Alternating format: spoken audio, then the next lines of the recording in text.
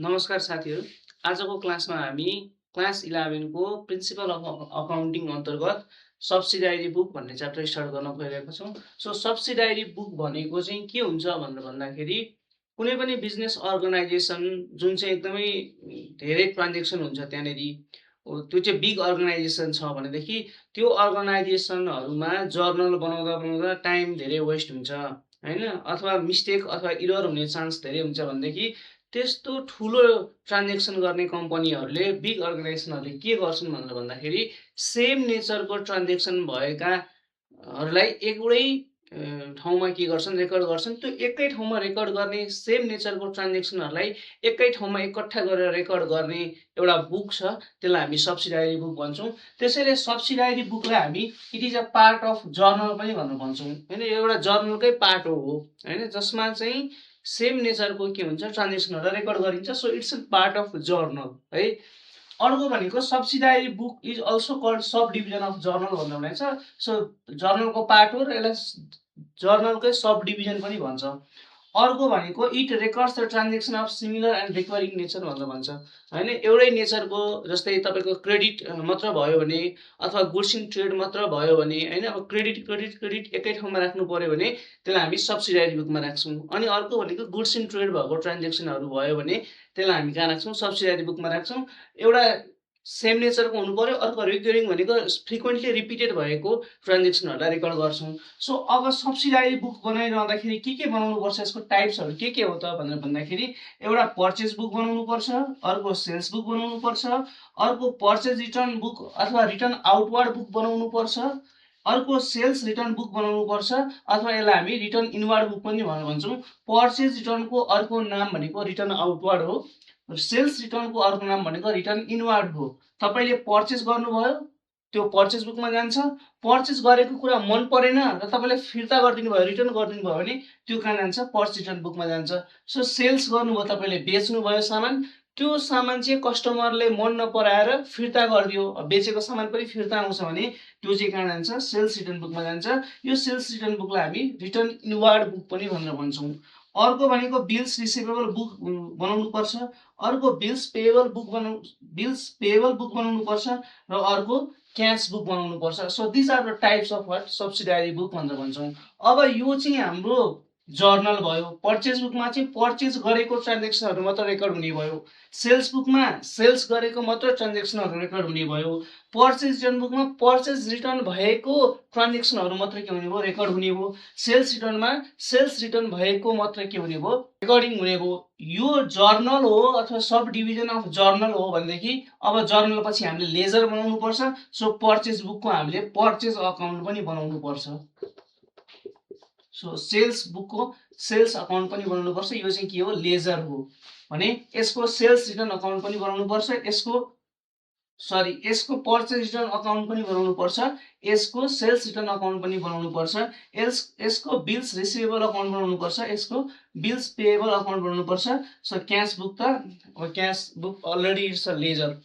So अब अर्को एकदमै इम्पोर्टेन्ट कुरा भनेको हामीले सब्सिडायरी बुकमा एकदमै इम्पोर्टेन्ट होइन हामीले जान्नुपर्ने कुरा भनेको के हो भनेर भन्दाखेरि एउटा ट्रेड डिस्काउन्ट भनेर भन्छ, अर्को क्यास डिस्काउन्ट भनेर दिएको हुन्छ।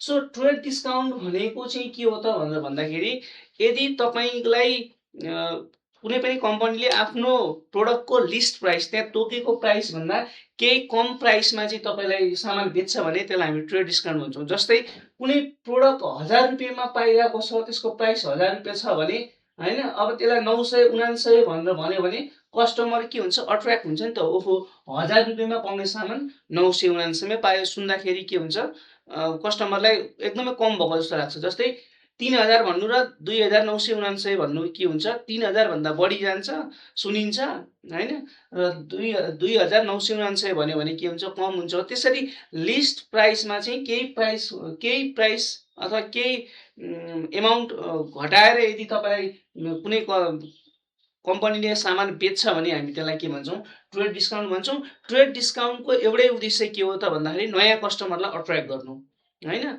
अर्को भनेको क्यास डिस्काउन्ट भनेको चाहिँ के हो त भनेर भन्दाखेरि क्यास डिस्काउन्ट भनेको जब डेप्टरले पेमेन्ट गर्न आउँछ होइन, जसले उधारोमा सामान लगेको हुन्छ, त्यो डेप्टरले चाहिँ डेप्टरलाई चाहिँ के गरिन्छ भन्दाखेरि केही कम प्राइस नै हामीले पेमेन्ट गर्न लगाउँछौँ सो द्याट उसले टाइममा पेमेन्ट गरिदियोस् होइन। सो यो चाहिँ क्यास कलेक्सन टाइममै होस् भनेर हामीले के गर्छौँ, कम्पनीले के गर्छ भनेर भन्दाखेरि क्यास डिस्काउन्ट दिने गर्छ। यो क्यास डिस्काउन्टको चाहिँ हामीले इन्ट्री गर्नुपर्छ भने ट्रेड डिस्काउन्टको चाहिँ इन्ट्री रेकर्ड गरिरहनु पर्दैन, वानली यसलाई के गर्ने, सो मात्र गर्ने, देखाउने मात्र हो। यसलाई चाहिँ हामीले इन्ट्री नै गर्नुपर्छ।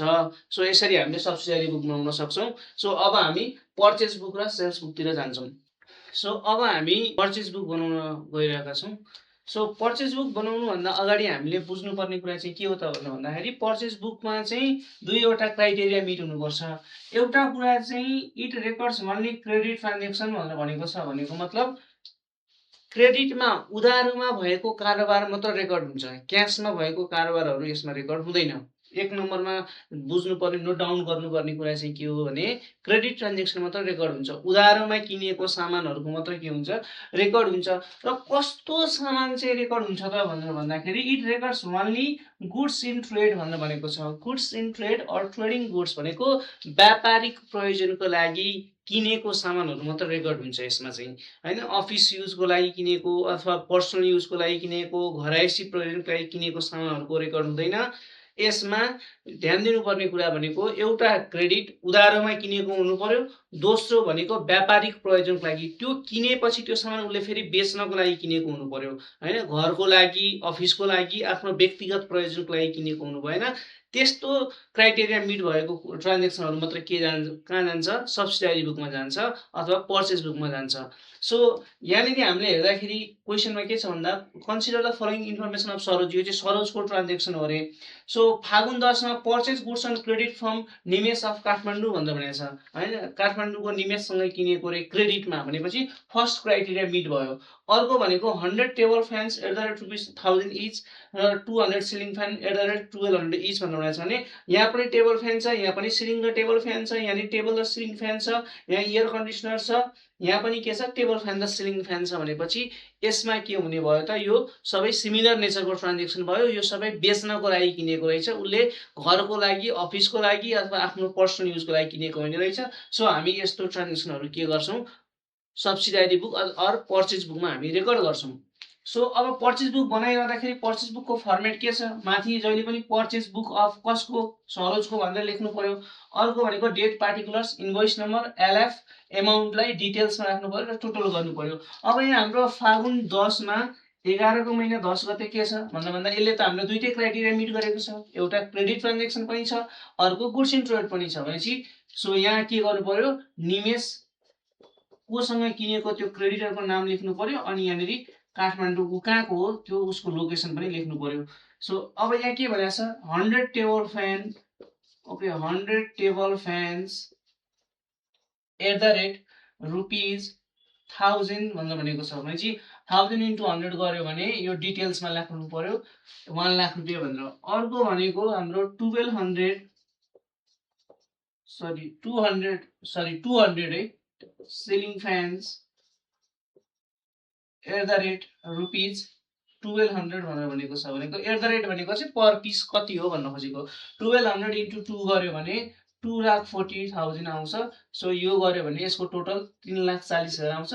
सो हाम्रो नम्बर 1 ट्रान्जेक्सन सकियो, त्यसलाई हामीले यसरी अन्डरलाइन गर्छौँ। अर्को भनेको हाम्रो 11 को महिना 15 गतेमा के छ, purchase goods on credit from Vinod of Bhaktapur भनेर भनेको छ। भक्तपुरको विनोदसँग उधारोमा किनेको रे। अब उधारोमा किनेको भनेपछि पहिलो क्राइटेरिया मिट भयो, सेकेन्डमा 400 सिलिङ फ्यान र 300 टेबल फ्यान भनेर भनेको छ भनेपछि सेम नेचरको गुड्स छ भने यो पनि जाने भयो। सो यसमा हामीले के गर्नु पर्यो भनेर भन्दा विनोद अनि त्यहाँबाट भक्तपुर भनेर यसमा यसरी मेन्सन गर्नु पर्यो। यसमा के भनेको छ, 400 ceiling fan, 400 ceiling fans at the rate ₹1700 भनेपछि 17 × 4 गर्दा 68 एन्ड देन 4 0 1 2 3 4 सो 6,80,000 हुन्छ यसमा।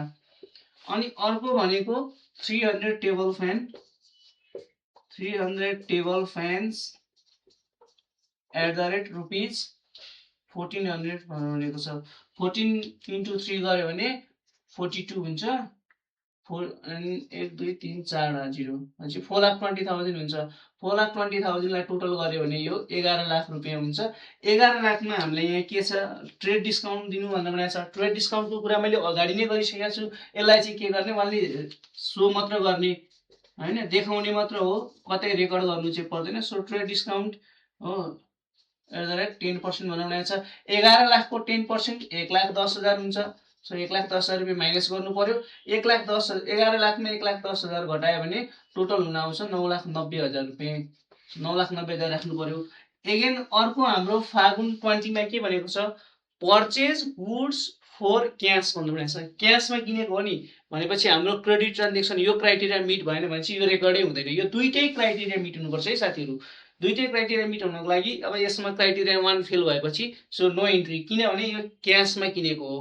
क्याशमा किनेको रेकर्ड गर्नु परेन अर्को फागुन 25 मा छ purchase goods on credit from Janak of Patan for office use भनेर भन्यो यो त गुड्स इन ट्रेडको लागि हुनु पर्यो हैन क्रेडिट मात्र भएर भएन गुड्स इन ट्रेड हुनु पर्यो यो दुईटै क्राइटेरिया मिट हुनु पर्यो दुईटामा एउटा मिट भएन भने रेकर्ड हुँदैन भनेपछि क्रेडिट मात्र किन्यो तर यो चाहिँ गुड्स एन्ड ट्रेड होइन रहेछ अफिस युजको लागि किनेको रहेछ सो यो रेकर्ड गर्नु परेन अर्को फागुन 31 मा भनेको छ purchase goods from Harish of new road on credit क्रेडिटमा किनेको नम्बर 1 क्राइटेरिया मिट भयो अर्को टेबल फ्यान र सिलिङ फ्यानमा चाहिँ सेम नेचरको गुड्स इन ट्रेड रहेछ यो कुरा रेकर्ड गर्नु पर्यो सो फागुन 31 11/31 मा हामीले के गर्छौं हरिस न्यू रोड भनेर राख्छौं हरिस न्यू रोड भनेर राख्छौं यसमा के छ भन्दा 20 table fan okay 20 table fan rupees 1000 भनेपछि यो कति हुन्छ 20,000 भयो अर्को भनेको 20 सिलिङ फ्यान्स रुपीस कति छ 1500 छ भनेपछि 15 * 2 गर्दा 30,000 हुन्छ 30 र 20 ले एड गर्दाखेरि यो 50,000 भयो 50,000 मा फेरि लेस के भनेको छ हामीलाई भन्दाखेरि लेस 10% सरी 5% ट्रेड डिस्काउन्ट भनेको छ सो हामीले ट्रेड डिस्काउन्टलाई घटाउनु पर्यो 5% ट्रेड डिस्काउन्ट भन्दाखेरि यसमा 2500 के गर्नु पर्यो माइनस गर्नु पर्यो यो गर्दा 47,500 हुन्छ अब यसमा डेलिभरी चार्ज हैन यसमा डिस्काउन्टहरु चाहिँ घटाउनु पर्यो र कुनै चार्जहरु लागेको छ जस्तो डेलिभरी चार्ज सर्भिस चार्ज भनेदेखि ट्रान्सपोर्ट चार्ज भनेर भन्दाखेरि त्यो चार्जहरु चाहिँ एड गर्नु पर्यो अथवा इन्स्टलेसन चार्जहरु केही छ भने त्यो चाहिँ एड गर्नु पर्यो so add delivery charge so delivery charge कति छ 2500 नै छ भनेपछि यसलाई हामीले फेरि कति राख्छौं 50,000 गर्छौं सो यो टोटल गर्दाखेरि 3,40,000 9,90,000 यो गर्दाखेरि हाम्रो कति आउँछ 13,80,000 आउँछ सो यो चाहिँ हाम्रो के भयो त भन्दाखेरि टोटल अमाउन्ट भयो सो पर्चेज बुकमा टोटल कति आयो 13,80,000 आयो 13,80,000 आयो यसरी हामीले पर्चेज बुक बनाउँछौं अब यही कुरा यो त हाम्रो जर्नल भयो पर्चेज बुक भने अब यसको हामीले यो सबै के गर्छौं लेजरमा पनि रेकर्ड गर्छौं सो अब हामी लेजरतिर जान्छौं सो अब हामी जर्नल पछि लेजर बनाउँछौं पर्चेज बुक भनेको त जर्नल हो अब त्यो जर्नलको हामी लेजर बनाउँछौं पहिला त्यसमा हामीले जान्नुपर्ने कुरा चाहिँ के हो त भन्दा पर्चेजको जर्नल बनाउँदाखेरि के हुन्छ भन्दा purchase account debit so purchase account debit to creditor account हुन्छ नि हैन र सो क्रेडिटर अकाउन्ट हुन्छ भनेदेखि अब हामीले पर्चेज अकाउन्ट बनाउँदाखेरि त पर्चेज अकाउन्ट हेर्नु पर्यो पर्चेज अकाउन्ट यहाँ छ पर्चेज अकाउन्ट डेबिटमा छ भने यहाँ पनि डेबिटमै लेख्नु पर्यो हैन डेबिटमै लेख्नु पर्यो भन्दाखेरि purchase account debit so purchase account debit गर्दाखेरिमा कति हुन्छ त भन्दाखेरि 78,000 हुन्छ अनि क्याश कति तिर्यो to cash account to discount account हैन टु डिस्काउन्ट अकाउन्ट त हाम्रो अहिले कति आएको थियो 3900 आएको थियो भनेदेखि 78,000 मा 39 घटायो भने 74,100 के हुन्छ क्याश हुन्छ सो अब हाम्रो पर्चेज अकाउन्ट डेबिटमा छ भने डेबिटमै लेख्नु पर्यो 31 मै राख्नु पर्यो भनेपछि टु क्याश गर्नु पर्यो हैन सो पर्चेज अकाउन्ट डेबिटमा छ डेबिटमै राख्नु पर्यो तर के राख्ने भन्दा क्रेडिट कुरा राख्ने क्याश अकाउन्ट कति छ भन्दाखेरि 74,100 छ अनि त्यसपछि त्यस्तै यही डेटमा के छ टु डिस्काउन्ट अकाउन्ट छ सो डिस्काउन्ट पनि पाएको छ डिस्काउन्ट अकाउन्ट कति छ भन्दाखेरि 3900 छ अब यसलाई हामी टोटल गर्छौँ, टोटल गर्दाखेरि यो आउँछ 14,58,000 रुपियाँ आउँछ। सो यही नै हाम्रो। अब हामी यतापट्टि फागुनको 31 गते छ भने यता पनि 11 महिना 31 गते, यो त मन्थको इन्डमा के गर्नु पर्यो, क्लोजिङ गर्नु पर्यो। सो बाई ब्यालेन्स सिडी गर्नु पर्यो, क्यारी डाउन गर्नु पर्यो, यही 14,58,000 रुपियाँ। अनि यहाँ पनि के गर्नु पर्यो, टोटलमा 14,58,000 गर्नु पर्यो, क्लोजिङ डाउन गर्नु पर्यो। सिडीको भोलिपल्ट 12 को मन्थ 1 गते टु ब्यालेन्स बिडी गरेर छोडिदिनु पर्यो। सो 14,58,000 चाहिँ हाम्रो के भयो, यहाँनिर गयो। अब यसरी हामीले चाहिँ के गर्छौँ, पर्चेज बुकबाट पर्चेज अकाउन्ट बनाउन सक्छौँ। सो पर्चेज बुक भनेको पार्ट अफ जर्नल भयो, पर्चेज अकाउन्ट भनेको चाहिँ के भयो, लेजर भयो हैन। सो जर्नल बनेपछि लेजर बन्छ। सो त्यसै गरी हामीले के गर्यौँ, लेजर बनायौँ। लेजरमा चाहिँ क्यास ट्रान्जेक्सन पनि के गर्नु पर्यो, रेकर्ड गर्नु पर्यो, नोट डाउन गर्नु होला। पर्चेज बुकमा चाहिँ क्रेडिट ट्रान्जेक्सन र गुड्स इन ट्रेड मात्र रेकर्ड हुन्छ भने पर्चेज अकाउन्टमा चाहिँ यसको लेजर भन्दाखेरि चाहिँ क्यास ट्रान्जेक्सन पनि के हुन्छ, रेकर्ड हुन्छ भनेर नोट डाउन गर्नु होला।